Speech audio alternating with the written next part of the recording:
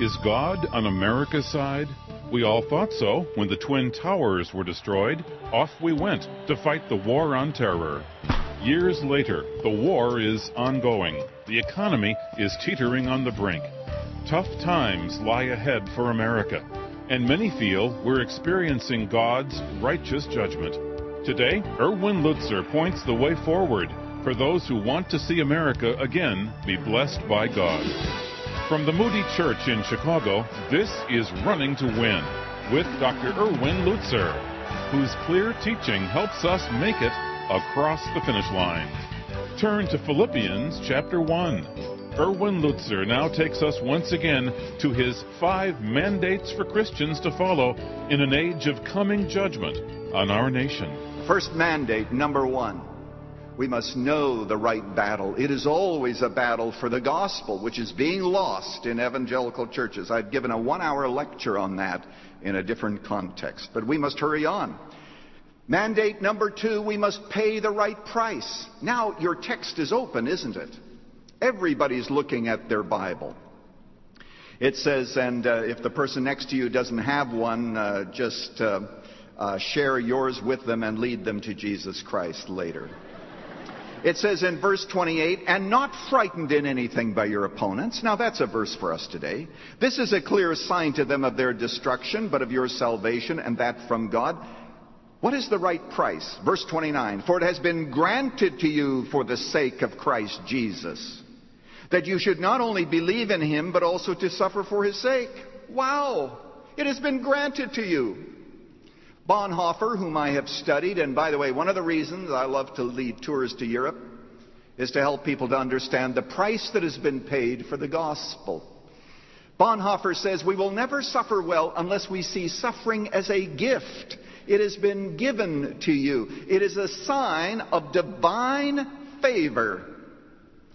Dark days are coming to the United States of America, this great country that we love. I can tell you that. Did you know that the amendment regarding hate speech lost simply because of 2 senators, and it lost on a technicality?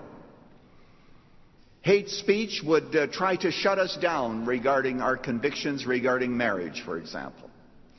Perhaps I've told you in the past about Mark Harding in Canada, who objected to the Quran being given out to high school students, arguing that at least if you're going to do that, you should give out Bibles too, and he was convicted of hate speech under the Canadian law. When he went to trial, he had already received 3,000 emails and telephone calls, mostly death threats, and he needed police protection because he was being shouted at, go to hell, infidel, and all those other things, and ended up having to do 300 hours of community service in a Muslim center. That's what hate speech is intended to do. The intention is to shut down the preaching of the gospel and the fullness of what God has revealed. You know that I was in Colorado Springs this past week, by the way. It's a little hard to keep track of Rebecca and me, isn't it? We come from Europe and then we're in Colorado Springs. And someone told me that in the United Kingdom there is a brand new law that's been passed regarding such things as stirring up racial strife. And he said that if you are sharing the gospel in a street corner, for example, and you are talking to someone of another religion, they could say that if you believe that Jesus Christ is God, that is so offensive to us that then becomes an issue of racial strife so that it can shut down our gospel witness. I'll tell you this from someone who lives in Washington, who knows the score. They are thinking of as many ways as they possibly can in Washington to keep us silent. The bottom line, the day of thinking that we can just do whatever we're doing without paying penalties may be over. And what does it say? For you, it has been granted as a gift, as a sign of divine favor, that you not only believe in Jesus, but you also suffer for his sake. And we as Americans know nothing about that. But if we don't know something about it, unless something happens that reverses the trend, our children and our grandchildren most assuredly will.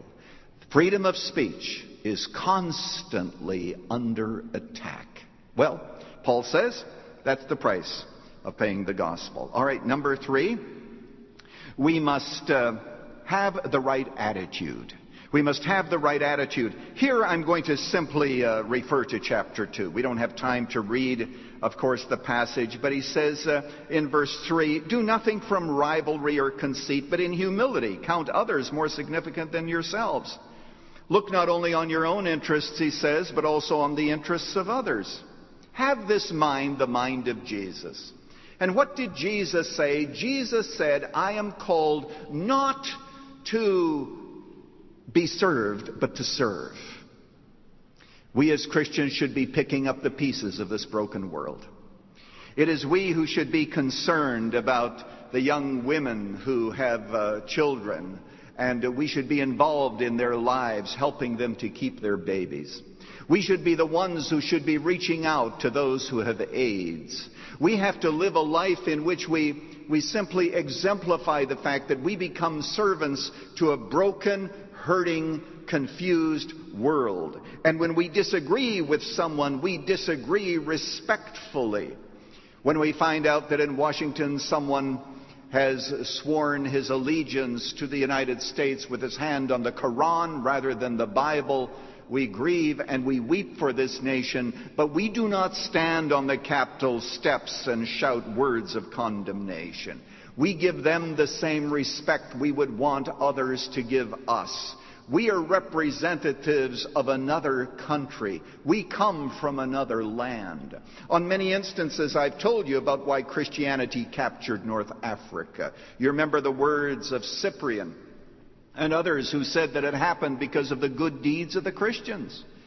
They would take dead bodies in the plague that were to be burned, and they would wash these bodies, and they would put them in graves, believing that in light of the resurrection, even the wicked have a right to a decent burial. And then there was no abortion, but babies were left to die, and the church organized baby runs and brought them to nursing mothers, brought these babies to nursing mothers. And the people of the world said, "Where is all of this love coming from? Why do you care?" Cyprian said that it was the plagues that did it. He said that the plagues showed that the Christians died better than the others. The pagans said of the